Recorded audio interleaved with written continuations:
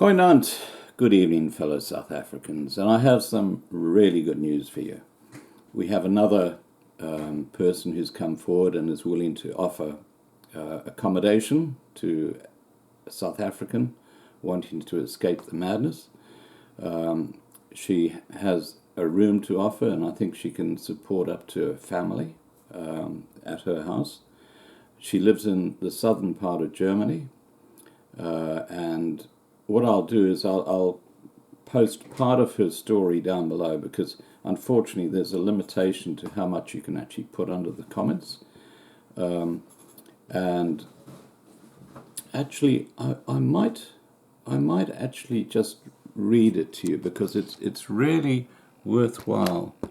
Yeah, I tried to post this, but it just came up with a message saying, "You've exceeded your your number of characters." But it's a fascinating story, and it gives you a good idea about her life, and I think that's important if you're going to be approaching someone to go and stay with them. Okay, she writes, "I've been wrestling with this idea of writing this email to you. Should I, shouldn't I? I accidentally stumbled onto your website or your YouTube channel while watching more relaxing things, as it should be. I promised myself to let go of my old life and stop worrying about things happening down there, far, far away, where it really belongs." And she is obviously an expat South African. "You know, Scott, 11 years ago, I decided to leave South Africa because I was a good mother. Actually, I'm like a lioness from Africa, with a survival instinct like no other. Born and bred on African soil and proud of it. You should know how we South Africans tick. We have brains, common sense, and can pull ourselves out of any crap life dishes up. To me, the most important thing was, and still is, my children. They are all grown up now, fully educated, free of charge by the country I now find myself in. I wouldn't want it any other way. To tell you the truth, my children are safe. Can one say the same for the others still residing in South Africa? What has happened to the intelligence of our race? I have noted that a great majority of people who matriculated before or around about 1986 to 1990 have left the country and have integrated into other countries all over the world. But what has happened to the rest of them? Did they get injected with dom druppels to not realize that the shit will hit the fan somewhere in the near future? I had friends who had money, some with much more than we did, but did nothing to try to make about a plan of escape to protect their children. They just laughed at my idea that it was better to get out while the going was good. Now I commented on one of your posts, and a lady answered that it was all good and well that I had the means to get out. But there are some who just can't because of the money. And well, with brains and with brains, everything is possible. Survival instinct makes everything possible. When I was in school, we still had the best education those days, and we were even blitzemed when we didn't perform. Thank God for that, otherwise I wouldn't be as clever as I am today. And I'm certainly no lawyer or doctor or such. So before I start telling you of our great escape, I must say I'm very happy. It took me years to control my PTSD, which all South Africans probably suffer from, and can now say I'm much calmer than I ever was. I made it. It took 10 years of bullshit, but I made it. And if South Africans think that those who are left are sissies, then think again. I think the people who don't get out there are sissies because they're scared of the unknown. Rather the devil you know than the devil you don't, I think. It's easy finding out all the stuff of asylum and immigration online. Like you, there are people who are willing to help with info. So here goes. I saved every cent for months. I sold everything I owned. Bit by bit, my mum helped me with some money, not much. I hid the cash under the floorboards of our old farmhouse. We lived on my father-in-law's farm, so we had no property to sell. I didn't pay my accounts, my credit cards, etc. for months. I got threatening letters in the mail because of arrears. The school told me if I can't pay, then I have to remove the kids to a public school. I was so pissed that I just did that. My 4 kids were the only whites in the whole school. I paid no school fees there, and my kids were bullied for the first while there. But it got better. It was a school in the Indian and coloured suburbs, so the kids weren't all black. But my kids stood their ground. Their English improved to such an extent that you couldn't even hear that they were Afrikaans speaking. This they've kept to this day.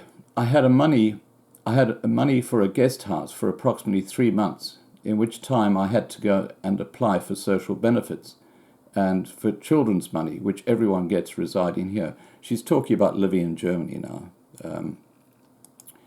€200 per child you get. Imagine that. I had 4. Then you get your accommodation paid. You get the equivalent of €360 per person for food and toiletries per month. Your electricity and heating gets paid. Your public transport gets paid. So what more can a person want for a start? Your language courses get paid, and they pay you this until you are fit for employment. So they should stop saying they have no means to get here. This is only one thing.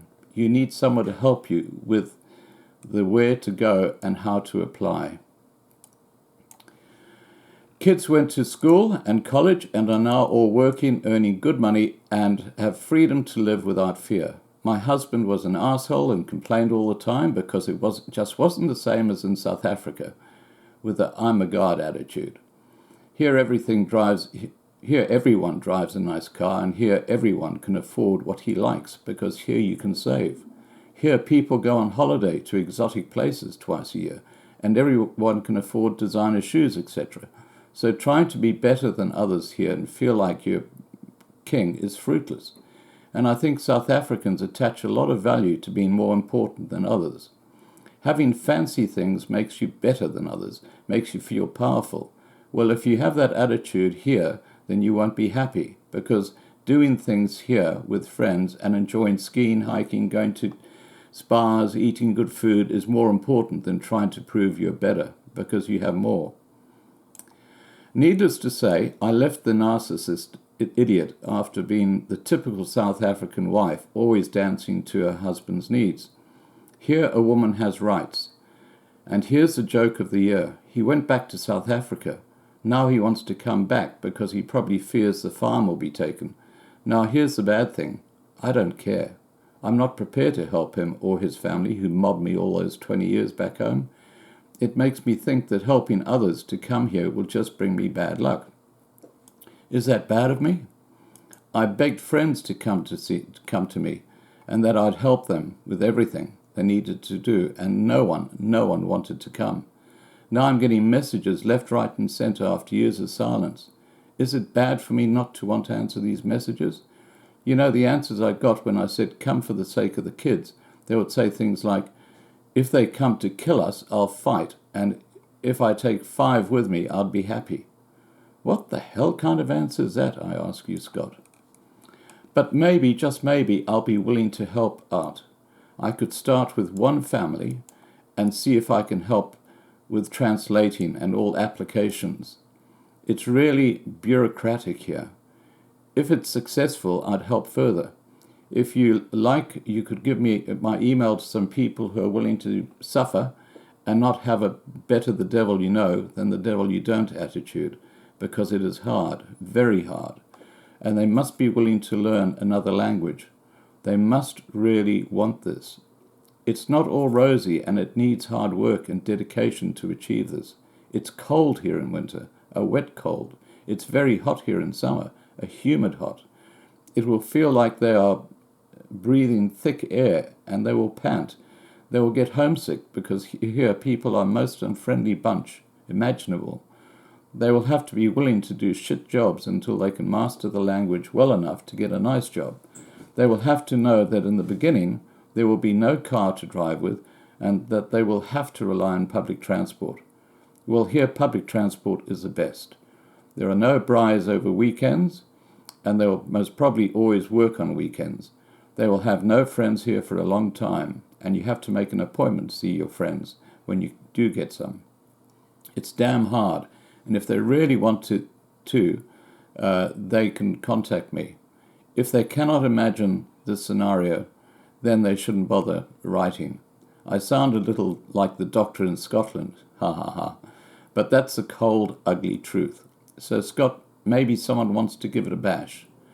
I believe you're in Brisbane. I heard the people there aren't as nice as everyone imagines, but Germans are the best example of unfriendly. Here in the southern tip of Germany, they try to be a bit less frozen than the top half, but nevertheless shit unfriendly.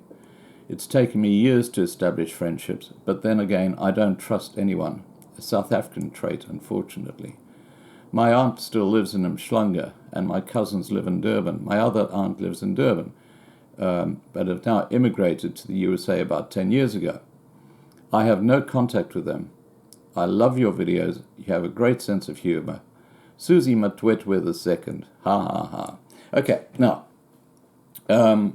what Kathy is offering is accommodation and assistance to a family when it comes to the migration process.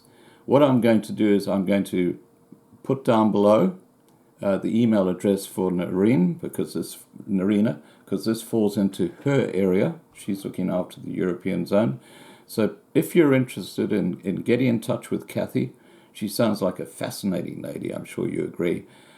Please just look below, directly below this video, below Loving Life, and you'll see there's a little text area, and you'll see Narina's email address in there. She is the gateway to Kathy. All right, guys? Have a great evening, and please remember to subscribe to be kept informed. Take care. Bye for now.